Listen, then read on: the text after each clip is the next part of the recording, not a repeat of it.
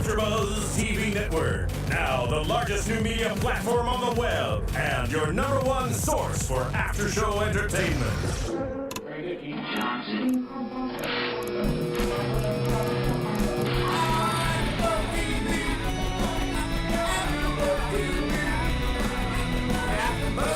The AfterBuzz Studios in Los Angeles, California, presented by Maria Menounos and Bing.com, and streaming live thanks to Akamai Technologies. This is AfterBuzz TV's The New Normal After Show. We'll break down tonight's episode and get you all the latest news and gossip. If you'd like to buzz in on tonight's show, you can buzz us at 424-256-1729. That's 424-256-1729. And now, another post-game wrap-up show for your favorite TV show. It's AfterBuzz TV's The New Normal After Show. Yes, give me the wave. Being is for doing, and we are here doing another episode of The New Normal, Season 1, Episode 19, About a Boy, here at AfterBuzz TV for you. I am your host, Lauren Leonelli. Hi, I'm Jake DuPree. I'm Jacque Borowski. And Tara is not with us tonight, but we are pouring some of our water out for her. Not really, but sort of figuratively. Tara, we will see you next week. Love you. Love you. Mean it. All right, this episode was called About a Boy, and it had a couple little things going on, but the main topic was the Boy Scouts versus the gays. It was really, usually they find the silver lining and make it a little lighthearted and funny. I had a hard time finding the funny in this one, just because it was like kind of sad. I thought it was funny, but I mean, I think that it really was intended as a bitch slap at the Boy Scouts. Mm-hmm. The thing that I liked about this episode is that usually they're so perfectly packaged to the specific issue at hand. Yeah. And I felt like they incorporated into the show in a way that wasn't so like, this is our message, Boy Scouts are bad, they don't like gay people. Like, it wasn't like that. I felt like there was... I agree. Well, It was a smart, thought out way to deal with that issue. Well, that's what I mean. Like, it wasn't, there was no, when I say like finding the funny in it, I just took it more seriously than normal. Oh, for sure. Like, it wasn't like Jake and I always say this, wrapped up in a pretty package at the end. And I think that that's kind of where I started to realize that was more towards the end, when they weren't, there was no like satisfaction on David's part.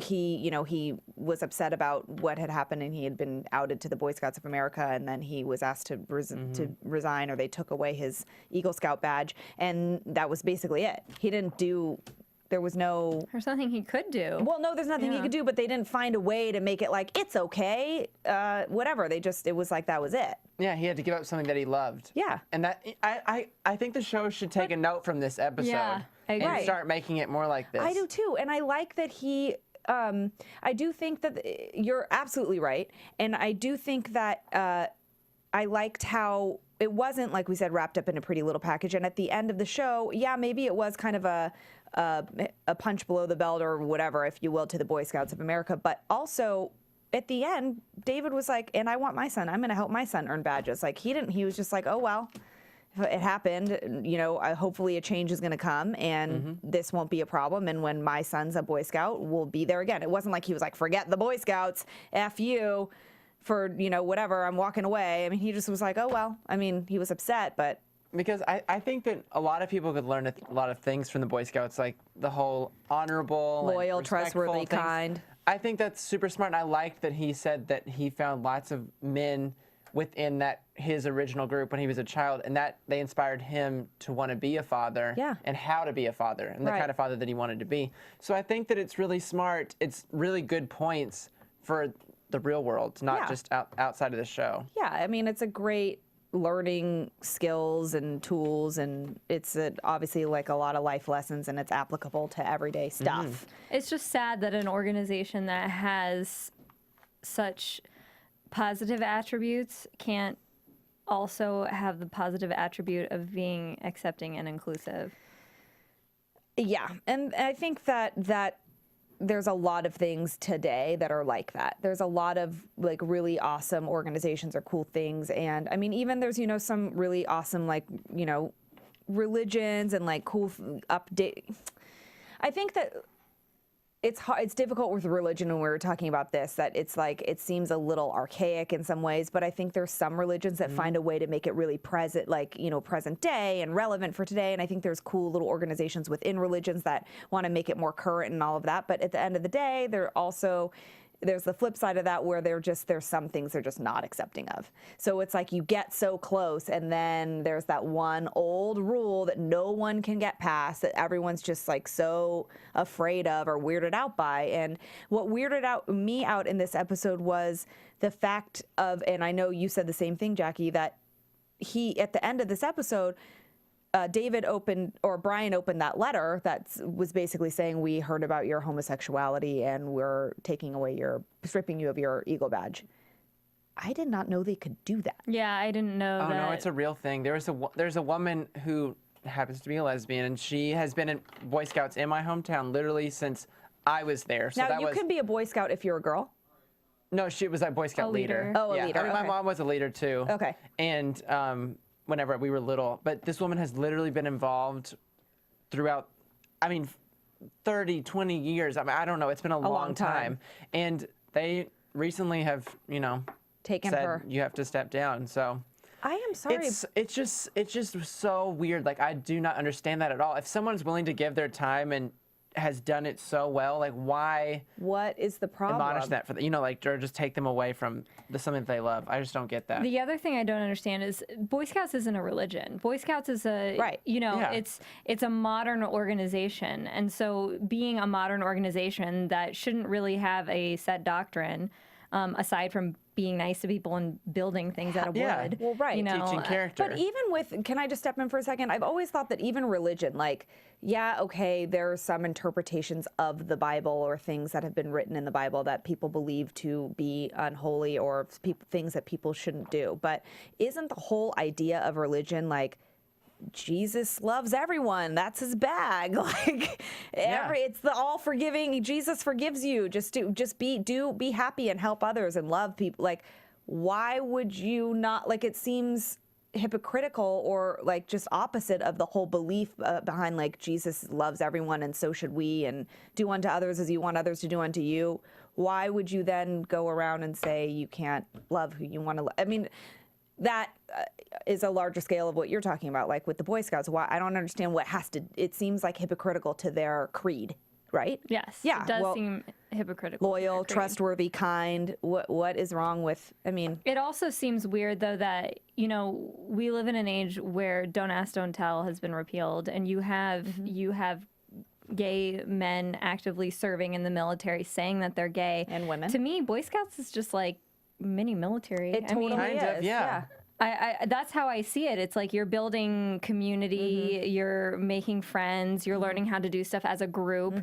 So if we can do that at a large political level, why can't we have a small kids organization that has the same values? And also elect officials around the country, especially in this last election. There were several openly gay women and men who were elected.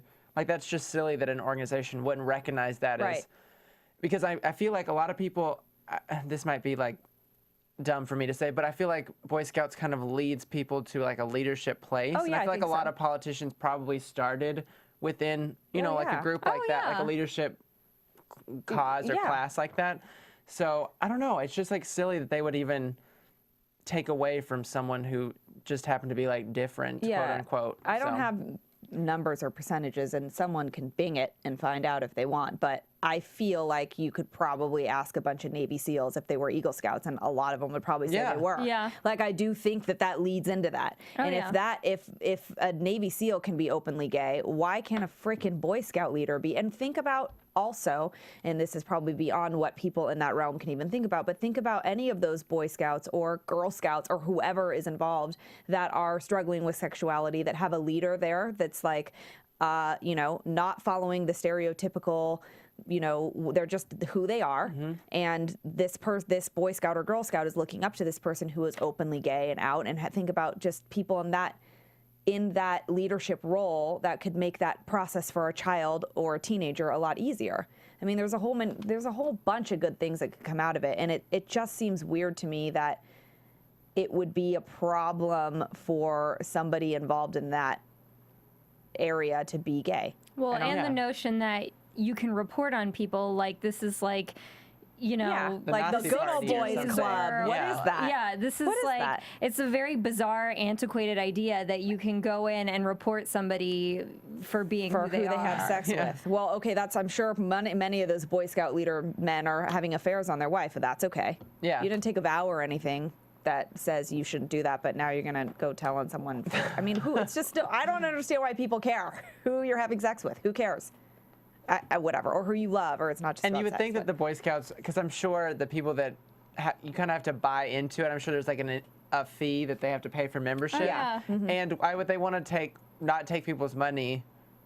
Because they're like, I mean, they have to make money at some point, and I know they've been around forever, and I'm sure they don't it's need like it, but like, and the other thing is too, it's like, I could understand if someone was like a giant mob boss and wanted to like buy into your organization, then I'd be like, you know what, that's probably not a good idea for a organized crime to come in and support the Boy Scouts. Or like a hate group or something. Right. But it's like someone who's just a regular person who has maybe not the same type of relationship as everyone else in the group, that's none of your business, you know? Well, and a hate organization to come in, like you just said, a hate organization to come in and support the group, but they are a hate organization. So it's like, but they can also kick out children who are gay from the, if there's like one that have it's real, it's there, it's alive. I am sorry, but I do not get that, and I will never get that, and I think it's absurd and ludicrous. What is I mean, whatever. Okay, I don't know why I'm so surprised, because I know that there's a ton of people in this world that think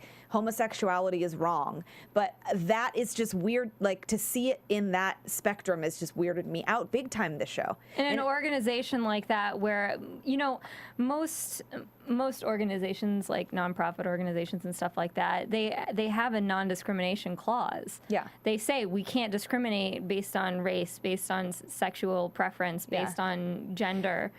My question is, how are they allowed? Wait, so and then this is something that I don't know. How are they allowed to do that? Is it because they're like a private sector that they can make their own rules and be like, we don't want you in this group because your hair's red? That's what they're saying. So how are they allowed to do that? It's not attached to like a federal thing, or it's its own thing. It's like a fraternity. Like, you can do whatever you want in that fraternity. Like, you can haze, and you can not allow black people in your fraternity if you don't want, and that's okay. That's allowed. Because I don't understand how this is even allowed. I mean, I'm sure if someone really wanted to get passionate about it and bring it before the court, then which would be a good time to do that right now, because today, coincidentally, and I think it's interesting that this episode aired today. I do too. I don't know if they figured that out. For the listeners that can't see me, I'm wearing red today. Me too. I'm wearing Cher and red. Oh, well, she just one-upped you. Well, actually, she like 10-upped you. Yeah, Cher. That was serious trump card. Cher's my homegirl. Well, I support it. I don't have red on my purse. There's red. See? Yes. Red. Purple is like a form of red. It's red. Purple? You just add blue and it's purple. That's right. And there are lots of private organizations that do have rules, like the Boy Scouts like that. Right. I mean, Salvation Army is another one. They're a charity, but at the same time, some people they won't allow to marry outside of the Salvation Army, and they will kick them out if they don't marry inside of the Salvation Army. Boy Scouts just like someone that works there. Wait, what do you mean marry inside of the Salvation Army? It's like a weird group. Like a cult? Like you have to marry? What do you mean? No, by that? there are tendencies that it's like that. I mean, there was a huge news deal about someone who got kicked out of doing charity work for the Salvation Army because they wanted to marry someone who was not an active member. That is what is happening. Yeah, and so like the Boy Scouts, and especially looking at the relationship between, with all the bad press the Boy Scouts have gotten from, of course, all the underage molestation charges in the past. Stuff. But that's okay. That's totally okay. Yeah, see, that's what I don't get. It's like all these organizations, you're doing terrible things to children, and then you're like, oh, but blaming it on being gay, it's like, I don't know. I don't know if they're blaming it on gay, but they're saying it's not okay to be gay. But we're not going to check you out if you're No, what I'm saying is it's coming off terrible how they're kicking people out. They're probably just being careful because a lot of the people who are in the Boy Scouts and all the areas that are with the Boy Scouts are more conservative. When you have openly gay scout leaders and things like that, especially with all the molestation charges and things like that, people who are ignorant automatically assume and put those two together. Yes. So it's like a careful, they're treading on thin ice, but they're really kind of doing it in a very bad way. Yeah, it sounds like they're not doing it in a very good way, and they're making themselves look like idiots, personally, in my opinion. And like we were just talking about, though, this episode comes on a very significant day because the Supreme Court has just opened up a case to, obviously, people know about this. Yeah, overturn Prop 8. To overturn Prop 8. And that's for California, and then tomorrow they're going to do the whole United States. The federal case. The federal case. So it's very interesting that this could potentially be a case that someone could bring in and argue for the side against Prop 8. Or for it if you're effed up in the head. And that goes back to the episode with one of the dads who ended up turning in David. He said that he liked David and he really thought he was a stand-up guy, but he didn't want his child being around him because he didn't want it to, like, basically rub off on him and become a gay person. Exactly. He said, I think you're great and you have everything and a career and a great man, and look at your house and you're a doctor and you're obviously very established. Your life is together. And I think that's fabulous, and I'm not homophobic, which seemed like people think. I think that's very hypocritical, but I think people think that. I like you, so I'm not a homophobe, but I don't like homosexuals. So it's like, no, that's not how it works. But I think he believed that he didn't think he was homophobic. Oh yeah, people absolutely think that. But then he said, my son wants to be like you, and I want my son to be normal. I also thought there might have been a little psychological underlying of I want my son to be like me. I don't want him to be like you. I want him to be like me, like a little jealousy thing. It's a jealousy thing for sure. But also then on the outer surface of that, psychologically, you could say that it was because he was gay. Mm-hmm. And this person has a problem with homosexuality, clearly. But the more interesting part of that whole story to me was that his son actively chose to leave the Boy Scouts. I loved that. Because, and I like that little tidbit because it's the hope for future generations. Mm-hmm. Like maybe somebody's children will understand better than their parents did or do. Mm-hmm. And I like that they had the tidbit where the boy left the Boy Scouts because David was a role model for him. I think that was a nice like thing. You said about future generations, our kids and then our kids will look back at days like today with this case and the things like that, and it's just going to be ridiculous. Oh, it's like the civil rights movement. We were all like, why did you have to use separate bathrooms? That's weird. It was. Yeah, I think that it's clearly going to be that way. Hopefully sooner than later, but yeah, to me now it's ridiculous, but yeah, the country as a whole needs to move to that point. But yeah, I thought that that was really nice that they added in that the son actively left, and I like that the dad wasn't like, and I'm making him go back. The dad was just like, and he left. It sounded like the dad was okay with letting the son leave and fully admitting that he thought David was a cool guy and an outstanding guy, but. It sounds like a person also still trying to work through his own issues. I think so. I feel like there's issues there. I don't know if they're sexual issues, but there's definitely issues of like, I want my son to be like me. Why does he want to be like you? Like that felt a little weird to me too. On top of the fact that you're gay, it was his problem. But I think that it was more like, why is my son not wanting to be like me? That could have been a little small issue there. But that whole story about the Boy Scouts concluded nicely with David just saying, look, this is something I have to give up that I love, and putting his stuff back, all of his Boy Scout paraphernalia, accoutrement back in the trunk, saying, I still live by the things that the Boy Scouts taught me, and one of them was to be prepared, and he said, be prepared because the change is coming. And I think that was kind of cool. I like that the change was coming. We saw that with the little boy that stepped out of being a Boy Scout, and I thought that was really a nice thing. And there was, a little B story here happening, which seems a little less pertinent, but of course we need to had to keep it light, because you have a heavy A story. So, but Rocky and Bryce were at a Loveaholics meeting, which I was a little confused about. I feel like we missed something. Yeah. I feel like there's a part of the story that we have not. Yeah. I think we may have, but I also wasn't aware that there was such a thing as a Loveaholic. Is that real? I think it's just, playing off the idea that there are a lot of like addiction groups out here. And I think though a lot of people like see, you know, a lot of modern people see love as like a hindrance to like achieving. It's like a distraction. Yeah.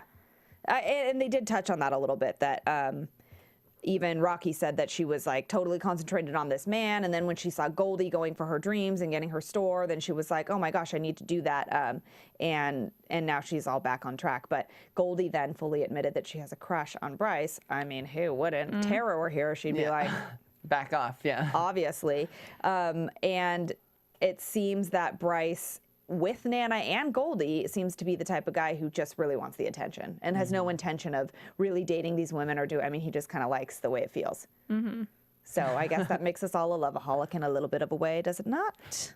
I like though that someone like Goldie, who is much more timid, turns out to be a role model for Rocky. Yeah. I love that. I thought that was a cool turnaround because you never know what a person's thinking inside her head. And so I was like, oh, that's shocking. I would never think that. Well, yeah. I mean, you always are more harder on yourself than that's what people say. Even though in your mind you're thinking these people think all the things that you're thinking, but you never know. And it's a good lesson to think about the perception of what other people think of you. I mean, you could be feeling a certain way or, you know, coming off a certain way, and it could be totally opposite to whoever's around you. And it was interesting to see Rocky, who is a very powerful, outspoken woman, kind of concentrate on Goldie in that way, that like she found something inspirational, which you would think it would be the other way around. Oh yeah, for sure. Oh yeah. And like Goldie, I feel like comes off kind of timid as a character. Like she's not one of the power players, I feel like, in the terms of the scheme of like all the characters. But it's really cool that Rocky picked up on that, and she was like, I like that you're okay being you. Yeah. And that you aren't doing it for anybody else but yourself and your child. And I think that's amazing. Yeah. So that was really cool that she admitted that. Yeah, I think that Rocky kind of liked that it was just sort of like a no pressure or a lower pressure kind of lifestyle. Like just, okay, this is what it is, and I'm having a baby with this, you know, for these people, and this is my daughter, and we're just taking it day by day. Whereas somebody who's a little more wound tight or under, you know, a lot more pressure in the workplace or whatever would look at that and admire that, you know? Yes. So yeah, I kind of, that was a nice little, we learned a little something about Goldie, and she kind of has a secret crush on Bryce, which, you know, is, I wonder if that's ever going to, we can save that for predictions, if that's ever going to become a problem. But he is a likable guy. I'm hoping to see more of him. Definitely likable. We could see how people would have crushes on him. His permatan is absolutely amazing. I just have to like, side note. You don't think it's because he's Greek? Because he's Greek, yeah, isn't it? But he probably gets a little spray. He probably spray. was just, you know, on the beaches in Greece with his Oikos yogurt, tanning it up. Yeah, and good for him. I mean, that could be a natural tan, Jake.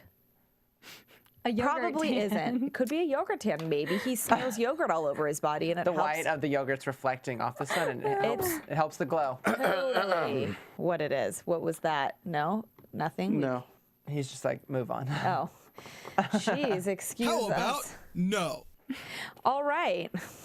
But speaking of, you know, maybe going to Greece or traveling or getting yogurt or any of these things, you might want to do that online, and you might search Bing.com you has a might great search travel site. Bing for a bunch of those things, and while you're online, go to iTunes, right? Yes. Rate and comment and tell a friend. We love to hear what you guys have to say, and we love to keep the conversation going. So feel free to do that. Go to iTunes, rate and comment. And we can just keep talking about all of our fun topics that we've been talking about tonight. Boy Scouts and gays and loveaholics and all the good stuff, right? And next week, we are now told through the previews that we have an hour-long episode, which we think is maybe 2 episodes. That's what I'm or thinking. a whole hour-long one. So that will be a nice treat to have a double dose, if you will. So I really enjoyed this episode. Like I said, we started out the show saying that we think that they could take cues from this sort of style where it's not, I don't want to say cheesy, but it's a little more serious, like a little more Not as real. glossy. Yeah, not as glossy. It's not as glossy. A little more real. And these issues are so real and so relevant that it's nice to have it feel like, okay, you know what? This is kind of what happens, and it doesn't always end nicely. Yes. So I feel like this issue is very site specific, like very zeroed in, whereas before it's kind of like an overarching thing. Yes. I like that it got specific, and I like that it didn't end so nicely. Yes. And I like, though, that they had some really funny, like, B-story stuff going on to lighten it up. Of course, it's a sitcom. You don't want to, of course, make everybody feel sad for half. Most notably for me, one of the B stories was when Rocky, had the nursing bra on, and she Darnell. Oh my God! And through the glass. Then through the wine glass. She was good. She had a big part this episode, and let me just interject for a second. I always love everything she does, but I will say, I'm not bashing it by any means because I love her, but there was one part in the Loveaholics meeting where she was like, I'm a Loveaholic, and this is my problem, and it felt like acting, which is weird to me because I feel like Nene never acts. Like she just is. Nene, and I felt like I saw a little acting there. I don't know why, but the rest of it, and she had a lot going on this episode. It was amazing, and I always love it. But right there, I was like, what is happening? What I think it might be, though? I think most of her interactions to date have been like talking with other people one-on-one. She's never had really a scene where she has to stand up in front of like a presentational kind of moment. Which is weird. It might be weird for her because she's so used to being chatty with other people. Well, and she even said on a recent episode of The Real Housewives of Atlanta that she was doing a bunch of press for the new normal, and she just said when she goes on and does interviews with like Kelly and Michael and the Today Show and whatever, she just like, she lights up talking to people. So maybe that's just a natural thing for her to feel like she's bantering back and forth, comes out really easily. But yeah, this was more like a monologue, and it felt like a monologue. It felt really like she was pushing like a little bit too hard, like doing this weird like up and down with like the arms. It was very strange. I'm just picking because she's so good, so I might as well just say. Yeah, and we love her, so don't. We love her, but there was a moment where we were a little weird. Maybe it was an actor choice that we didn't get. I don't know, but I was like, what's happening? But we love her, and she did great, and she had a lot going on this episode. So it was good. I love the little girl who plays her baby with Nikki. her pom-pom hair. Precious. Oh super cute. What do you think about Nene's new hair right now? It's a little bit with the really wave going on. Really cute. I like it. Flappers. I like it. Really cute. I like it. I like when she does it like up a little bit. Yeah. Right now, but it was cute. Yeah. Oh. We hear music. Okay. Well, let's get into some news and gossip then, shall we? Shall we? Yeah. We will. AfterBuzz TV News. Okay. Ellen Barkin, we've got some news on her. According to a magazine, which I will tell you about in a second, she has been, quote, infuriating the cast and crew of the new normal with her tantrums and her diva-like behavior. And allegedly, this insider source says that she is being dropped from the series. We interrupt this program for a breaking news story. But don't fret, because this is completely not true. A rep for Barkin has confirmed that this story is 100% false. It was leaked reported by the National Enquirer, and they also tried to say that the way that they were going to get Nana off the show was the producers were going to write in that Nana is an alcoholic or that she has issues and she needs to go to rehab. Though I Which will makes say, no sense. What? I will say the National Enquirer has broken some really great stories, including Tiger Woods and his mistresses. That's true. But they've broken other really great stories like the Loch Ness Monster and the two-headed baby. And Bat Yeti. Boy. And Yeah. I feel like I'm taking crazy pills. Yeah. Yes. Exactly. I feel like that could be what was happening when someone read the story and believed it. Nana doesn't even really drink, so come on. But she hasn't been on the show that much. She hasn't. You never know. You never know. I don't want her to be off the show. Well, I don't want her to be either, but apparently a rep for Ellen Barkin, and you can go on Gossip Cop and read more about it if you would like, has confirmed that this story is 100% false. So let's hope so, because we love Nana. The reps always have to say that, though. They do, Of but course. I mean, they went on record saying it was false, so maybe. They always have to say that, though. Okay, well. No rep is going to go on record being like, my client sucks. No, but they could just say no comment, or they could not comment, but you can't say that this is not happening if she really is being written off the show. I mean, right? Yeah, they can. Well, whatever. Okay, so maybe they did. They said it was false, so let's just hope that it was. All right, and moving on. Nene on The View. What do you guys think about that? The Joy Behar we know now is on her way out. and I know Jake is dying over here, but maybe Nene is on her way in, because Wet Paint recently caught up with Joy Behar, who was quoted saying, "I love Nene and I think she would be good and she's fun." She's very much in support of Nene being a possible new host. We don't have any details on if there's been any specific talks about it, but apparently buzz is going around about it, and Joy Behar thinks it's a good idea, and so do we. Yes. I will say this, Nene, and when asked like what's going to come up for her, like what's next, what's all these things that she's doing, she has said that television hosting. I've heard her say it too. And being on a co-host panel like that. She would be amazing. I don't know. Maybe talks have already happened. I certainly hope so. And maybe Nene wants to start here at AfterBuzz TV and come in and do a little interview with us. Huh? Oh my God, I'd pee my pants and die. I couldn't do that. I die. That'd be mage. Total mage. All right, and as we, we're just going to touch on it again. Today is a really big day for equal rights and for gay rights, and we're hoping that obviously over here on our panel that everything goes well.